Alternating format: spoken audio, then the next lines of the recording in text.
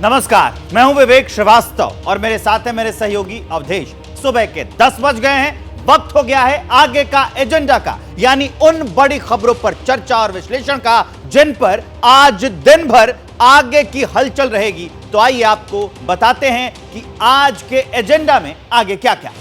बिल्कुल, तो सबसे पहले बात विपक्षी गठबंधन इंडिया के नेताओं के मणिपुर मार्च की। विपक्षी नेताओं की टीम इंफाल पहुंचने वाली है, जहां वो आज हिंसा प्रभावित मैतेई और कुकी समुदाय के कैंप में जाएंगे, पीड़ितों से मिलेंगे। इस मुद्दे पर सियासी पारा भी चढ़ गया है। और मध्य प्रदेश के सतना में नाबालिग के साथ जो रेप हुआ, उसमें 2 आरोपियों को पुलिस ने गिरफ्तार कर लिया और पीड़ित के परिजनों की मांग है कि गुनहगारों को फांसी दी जाए।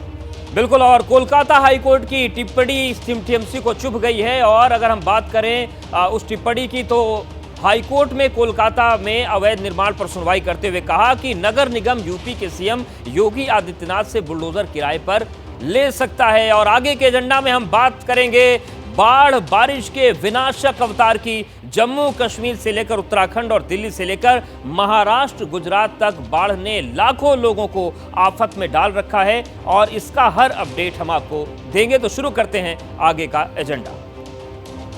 और आगे का एजेंडा की शुरुआत एक बड़ी खबर के साथ कर लेते हैं। सबसे पहले बात करेंगे विपक्षी गठबंधन इंडिया से जुड़े खबर की। नेताओं के मणिपुर मार्च की, इंडिया के नेताओं के मणिपुर मार्च की। 16 दलों के 21 सांसद यहां कुछ ही देर में पहुंचने वाले हैं। ये सांसद हिंसा प्रभावित लोगों से मुलाकात करेंगे और उनकी मुश्किलें जानेंगे। विपक्ष का आरोप रहा है कि राज्य और केंद्र की बीजेपी सरकार हिंसा प्रभावितों का दर्द नहीं सुन रही है। कल विपक्षी सांसदों की टीम राज्यपाल से भी मिली। मणिपुर में विपक्ष के इस मार्च पर सियासी आंच भी तेज है। तो इंडिया गठबंधन के सांसदों की टीम इंफाल पहुंचने वाली है। थोड़ी देर में विपक्ष की टीम पहुंचेगी। और देखिए, ये हम उस वक्त की तस्वीरें आपको दिखा रहे हैं जब दिल्ली से ये लोग विमान तक पहुंचे और अब थोड़ी देर में वो इंफाल पहुंच जाएंगे। आपको बता दें कि हिंसा पीड़ितों से मिलने के लिए ये टीम राहत शिविरों में जाएगी। 21 सांसद हैं। जानकारी ये भी मिल रही है कि 2 टीमों में ये बटेंगे। ये इंफाल जाएंगे, चूरा चांदपुर जाएंगे, पूर्वी पश्चिमी इंफाल में जाएंगे और जो 2 बड़े राहत शिविर है वहां पर जाएंगे। मैतेई और कुकी समुदाय के कैंप में टीम जाएगी और उसके बाद राज्यपाल से भी ये मुलाकात करेंगे और पूरी रिपोर्ट बनाने के बाद संसद में भी ये तमाम बातें उठाई जाएंगी। तो इंडिया गठबंधन के जो नेता हैं वो इंफाल के लिए रवाना हो चुके हैं। और इस बीच इंफाल में आज मैतेई समुदाय की तरफ से शांति मार्च निकाला जाएगा। मैतेई समुदाय के संगठन कोकोमी ग्रुप की तरफ से यह मार्च निकाला जाना है। इंफाल में आज निकाला जाएगा यह शांति मार्च। मैतेई समुदाय की तरफ से यह शांति मार्च होगा। मैतेई समुदाय के कोकोमी ग्रुप के जो लोग हैं वो इस शांति मार्च में शामिल होंगे। आपको बड़ी अपडेट दे रहे हैं हम। आज इंफाल में जो राजधानी है वहां की, वहां पर जो शांति मार्च कोकोमी ग्रुप के लोग निकालेंगे, ये मैतेई समुदाय से जुड़े हुए लोग होते हैं। मैतेई संगठन जो है उससे जुड़े हुए लोग कोकोमी मार्च निकालेंगे। कोकोमी मार्च जो शांति के लिए होगा।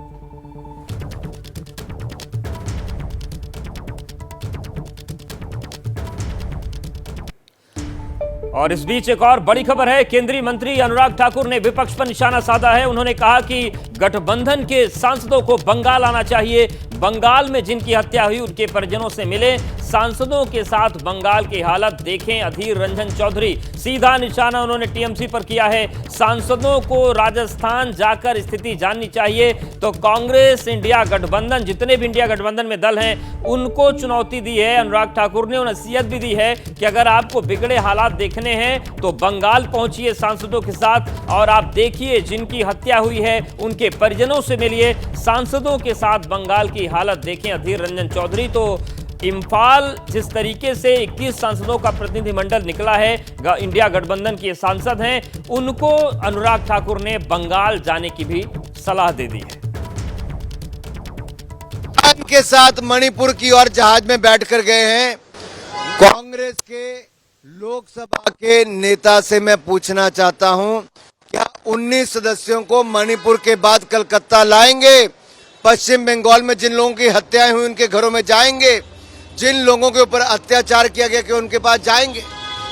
मेरा सवाल है कांग्रेस के नेताओं से और विपक्षी दल के नेताओं से, क्या राजस्थान में प्रतिदिन महिलाओं के साथ दुष्कर्म होता है, गैंग रेप किए जाते हैं।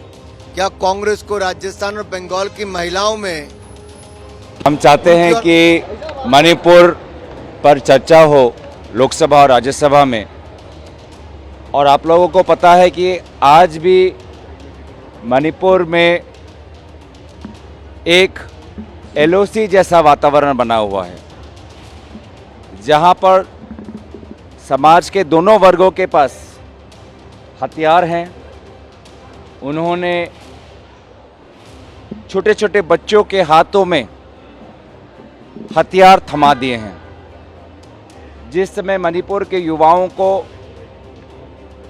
कॉलेज में शिक्षा लेनी चाहिए, उस समय वो अपने हाथों में AK-47 लेकर अपने परिवारों की सुरक्षा करने में जुटे हुए हैं। तो पूरी तरीके से कानूनी व्यवस्था चौपट हो गई है। तो मणिपुर में हिंसा की आग पर कब तक पूरी तरह से काबू पा लिया जाएगा, ये सवाल के जवाब का इंतजार अब तक बना हुआ है। मणिपुर में महिलाओं के साथ बर्बरता के गुनहगारों का कब तक हिसाब होगा, इस सवाल का जवाब भी अब तक बना हुआ है, इसका इंतजार है। लेकिन इस बीच विपक्षी सांसद मणिपुर मार्च करने वाले हैं, वहां पहुंचने वाले हैं और इस मार्च पर सियासत की आंच भी तेज होती जा रही है। इसी पर हम करेंगे चर्चा। आपकी टीवी स्क्रीन पर भी फिलहाल 4 तस्वीरें दिख रही हैं। 87 दिन से जो बवाल जारी है उसकी तस्वीरें, कैसे वहां पर आगजनी की गई। अब फिलहाल जो इंडिया गठबंधन के जो सांसद हैं वो पहुंचने ही वाले हैं, कुछ ही देर में वो हालात का जायजा लेंगे और हिंसा के खिलाफ अभी भी प्रदर्शन जारी है। इस पर चर्चा करेंगे। रविकांत जुड़ रहे हैं हमारे सहयोगी दिल्ली से। रविकांत, आज ये तय हो जाएगा कि आखिर जो विपक्ष लगातार हंगामा कर रहा है संसद में कि इस पर चर्चा होनी चाहिए, हम मणिपुर के लोगों के साथ खड़े हैं, तो वहां से जाकर ये हालिया स्थिति जानकर आएंगे और फिर इनका अगला कदम क्या होगा? देखिए, इस पूरी कवायद को 2-3 हिस्सों में समझ लेना चाहिए। आज वो जा रहे हैं, वहाँ पर जो पीड़ित पक्ष है उसको ये मैसेज जाएगा कि देश का विपक्ष उनके साथ है, उनकी खबर लेकर के जा रहा है, संसद में आवाज़ उठाएगा। दूसरा हिस्सा ये है कि संसद और सरकार को ये विपक्षी सांसद अपनी रिपोर्ट पेश करेंगे और संसद में जो वो ज़मीनी हालात देखेंगे, न सिर्फ वो बताएंगे बल्कि क्या उपाय हो सकते हैं उस पर भी अपनी बात रखेंगे। दूसरी ये कि लगातार विपक्ष मणिपुर पर चर्चा करने की मांग कर रहा है, प्रधानमंत्री से बयान की मांग कर रहा है।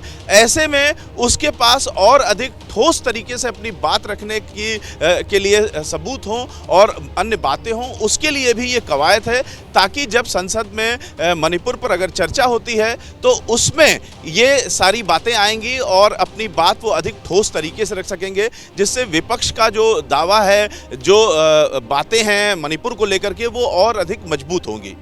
जी बिल्कुल। रविकांत, एक सवाल और भी है कि जिस तरीके से आज ये पूरा प्रतिनिधिमंडल इम्फाल के लिए रवाना हुआ है, अधीर रंजन चौधरी जाने से पहले ही कह रहे थे कि तमाम ऐसी जगहें हैं जहां पर हमें रोका जा सकता है, हमें हो सकता है जाने न दिया जाए। तो ये जो तमाम आशंकाएं जताई जा रही हैं, क्या पूरा माहौल बनाया जा रहा है मणिपुर जाने से लेकर आने तक, इतना माहौल बन जाए कि संसद और गर्म हो जाए? सदन चल पाएगा क्या? देखिए, सदन में हंगामा तो लगभग तय ही है। इतने दिनों से संसद ठीक से चल नहीं पाई है। इसके बाद भी जब ये लौट करके आएंगे तो कोशिश पूरी है कि इस मुद्दे को किसी भी तरीके से इस तरीके से गर्म रखा जाए ताकि संसद में जो विपक्ष की आवाज़ है वो बनी रहे। लेकिन जो आशंका व्यक्त की जा रही है कि उनको आगे जाने नहीं दिया जाएगा, ये देखना दिलचस्प होगा कि इन्हें जो कैंप हैं, पीड़ितों के कैंप हैं, दोनों पक्षों के, मैते और कुकी के, वहां तक जाने दिया जाता है कि नहीं। जो सूत्र बता रहे हैं उसके अनुसार इन्हें जाने दिया जाएगा और सरकार फिलहाल इस मुद्दे पर किसी तरीके का रिफ्ट नहीं चाहती है, क्योंकि अगर इनको रोका जाएगा तो और अधिक सरकार के लिए मुसीबत बढ़ सकती है। इसलिए आशंका ये नहीं है कि उनको रोका जाएगा, यही कयास किए जा रहे हैं कि इनको आराम से जाने दिया जाएगा और ये अपनी रिपोर्ट लेकर के आ जाएंगे, संसद में अपनी बात रखेंगे। फिर सरकार को क्या करना है संसद में ये सरकार देखेगी, लेकिन इनको रोका जाएगा इसकी जो संभावना है वो कम ही लग रही है।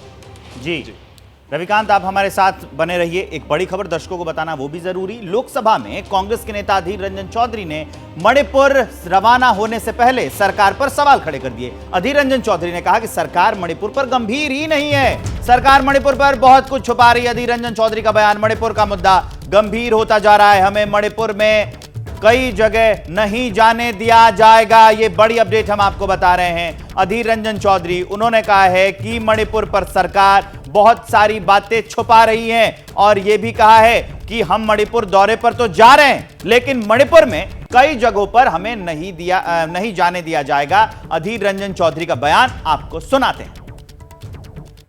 हमारे उद्देश्य कुछ नहीं है, कोई सियासत करने नहीं जा रहे हैं, वहाँ कोई चुनावी मुद्दे उठाने नहीं जा रहे हैं। वो जिनका जो चुनावी सियासत करने में आदी है उनको बात अलग है। हम लोग जाते हैं मणिपुर के आम मणिपुर वासियों को दुख पीड़ा समझने के लिए और हालात की जायजा लेने के लिए।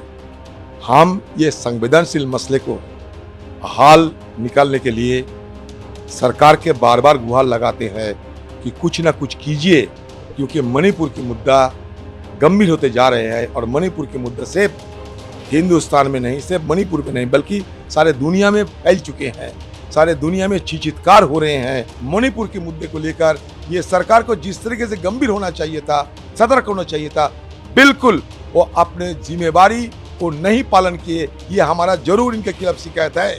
देखो, बिल और बिल पास, अगर वो उनके पास बहुमत है तो और उनके पास संख्या है तो बिल निरस्त करने दो, तब इसका जो हमारा अविश्वास का जरूरत ही नहीं पड़ता है। तो बिल वो शांति से चर्चा में भाग नहीं लेते हैं और पारित करने के लिए कोऑपरेट नहीं करते हैं। हम ये जो भी उनका कंस्ट्रक्टिव सुझाव है हम लेने के लिए तैयार है, लेकिन बीच में all of a sudden no confidence लाए, इसलिए कुछ हमारा सरकारी बिजनेस ही नहीं चलना चाहिए क्या? और अगर हमको ये प्रेसिडेंट वगैरह के बारे में ऐसे बात करते हैं तो मैं बोलूँगा आप बिल आप परास्त कर दो, you defeat our bill, so then there is no question of no confidence bill at all to go. तो मणिपुर के मुद्दे पर पक्ष और विपक्ष दोनों एक दूसरे की गंभीरता पर सवाल उठा रहे हैं, बयानबाजी चल रही है। इस मसले पर बीजेपी सांसद अशोक वाजपेयी ने क्या कहा है, सुनवाते हैं आप। मणिपुर में जो भी दोषी है उनके विरुद्ध कठोर कार्रवाई की जा रही है, अधिकांश लोगों को गिरफ्तार कर लिया गया और सरकार किसी को भी बख्शने कर नहीं जा रही है। लेकिन विपक्ष के लोगों का काम है केवल लोकसभा में भी हंगामा करना, सदन को न चलने देना और केवल न्यूसेंस क्रिएट करना है। उन्हें तमाम समस्याओं के समाधान से मतलब नहीं है, देश में कैसे अराजकता पैदा हो, कैसे तमाम सारी व्यवस्थाएं टूटे, केवल इस काम में विपक्ष का, तो उसके जाने का कोई मतलब नहीं। वहाँ कार्रवाई पहले से ही पूरी तेजी के साथ हो रही है। उनको तो सत्ता चाहिए और सत्ता जनता देने वाली उनको नहीं, उनकी खुशी का एक ही आधार है, लेकिन वो जनता उससे बहुत दूर है।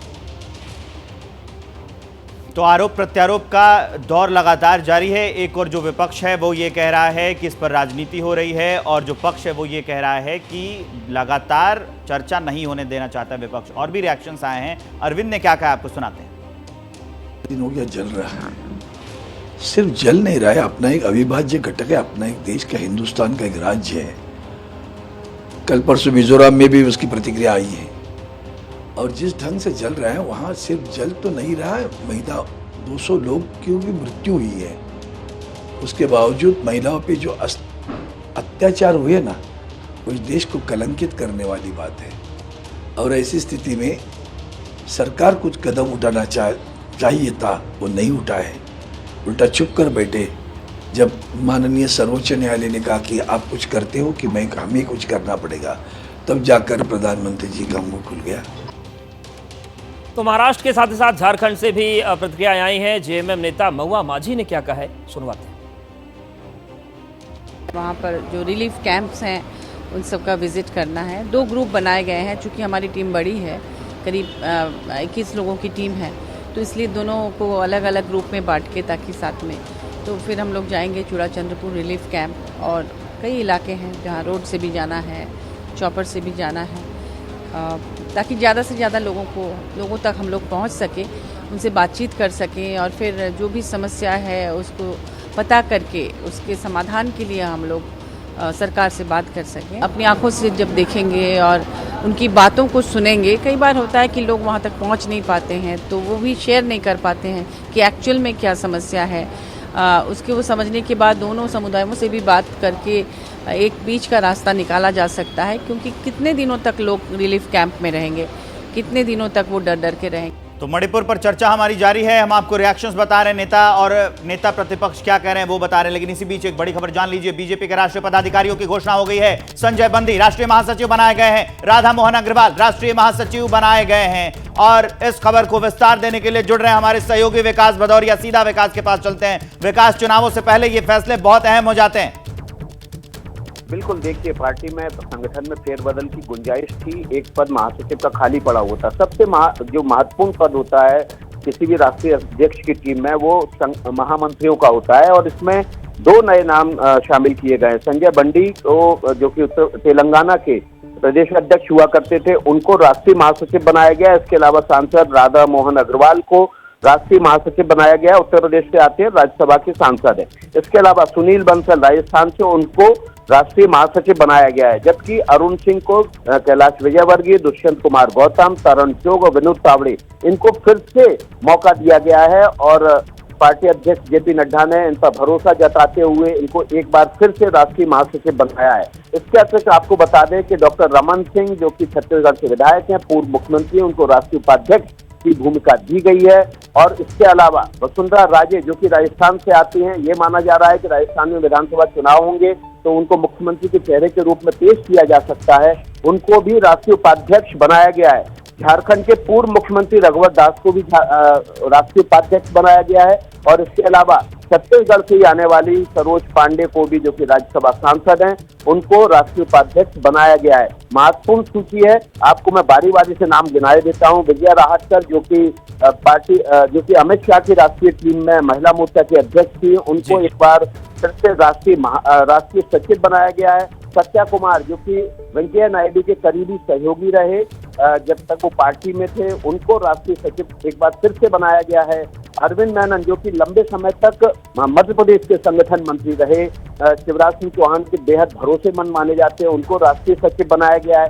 पंकजा मुंडे, जिनकी खबर को बार बार खबर आ रही थी कि वे नाराज हैं, उनको एक बार फिर से राष्ट्रीय सचिव बनाया गया है। इसके अलावा नरेंद्र रैना, अलका गुर्जर, अनुपम हाजरा, जो कि पश्चिम बंगाल से आते हैं, उनको राष्ट्रीय सचिव बनाया गया है। ऋतुराज सिन्हा, जो कि बिहार से आते हैं, उनको एक बार बिल्कुल। तो 2024 के लिए टीम बिल्कुल तैयार है और कोशिश बीजेपी की है कि एक बड़ी जीत की तरफ आगे बढ़ा जाए। शुक्रिया विकास आपका। अब बात मध्य प्रदेश के सतना के मैहर में एक मासूम से हुई दरिंदगी की करेंगे। बड़ी खबर जान लीजिए। मैहर गैंगरेप की पीड़ित की हालत स्थिर है। इस बीच आरोपियों पर बड़ा एक्शन लिया जा सकता है। आरोपियों के मकान ढाए जा सकते हैं। राजस्व विभाग कार्रवाई शुरू कर चुका है। यह बड़ी अपडेट हम आपको बता रहे हैं। जो रेप हुआ था नाबालिग के साथ, अब उसकी स्थिति तो स्थिर है, लेकिन ये वही दरिंदे हैं जिन्होंने इस कृत्य को अंजाम दिया था। अब इन पर एक्शन होगा। इन्हें पकड़ तो लिया गया है और अब इन्हें इनके घर गिराए जा सकते हैं। इस खबर को विस्तार देने के लिए ब्रजेश राजपूत हमारे साथ जुड़ रहे हैं। ब्रजेश, कब तक ये एक्शन पूरा हो जाएगा? देखिए, राहत वाली खबर ये है कि वो जो बच्ची थी उसका रात में ऑपरेशन हुए हैं, डॉक्टर्स उनके ऑपरेशन किए हैं। और पहले ये लग रहा था कि यदि हालत यहाँ नहीं सुधरी तो उसको दिल्ली भेजना पड़ेगा एयरलिफ्ट करके, मगर अब डॉक्टर का कहना है कि नहीं, ऑपरेशन सक्सेसफुल रहा है, वो रिकवर कर रही है, बहुत जल्दी अच्छी स्थिति में आ जाएगी। दूसरी खबर ये है कि जो आरोपी थे जिनको पकड़ लिया गया है, जेल भेज दिया गया है, उनके घर गिराने की कार्रवाई आज दोपहर तक कर दी जाएगी, क्योंकि सरकार इस पूरे मामले में बेहद सख्त बनी हुई है। तीसरा, जो दोनों लोग थे, उनको जो मंदिर प्रबंधन समिति से जुड़े हुए लोग थे, वो चपरासी का काम करते थे गौशालाओं वगैरह में, तो वहाँ उन सबको नौकरी से हटा दिया गया है। सरकार बेहद सख्त है इस मामले में और इस पूरे मामले में आज दिन भर में कड़ी कार्रवाइयाँ की जाएंगी। और उम्मीद की जानी चाहिए, जो सबसे चिंता वाली बात ये है कि बच्ची जल्दी से जल्दी रिकवर करे। वो बिल्कुल, तो बच्ची की हालत बेहतर है और अब बुलडोजर एक्शन हो सकता है। बहुत शुक्रिया ब्रजेश साहब का।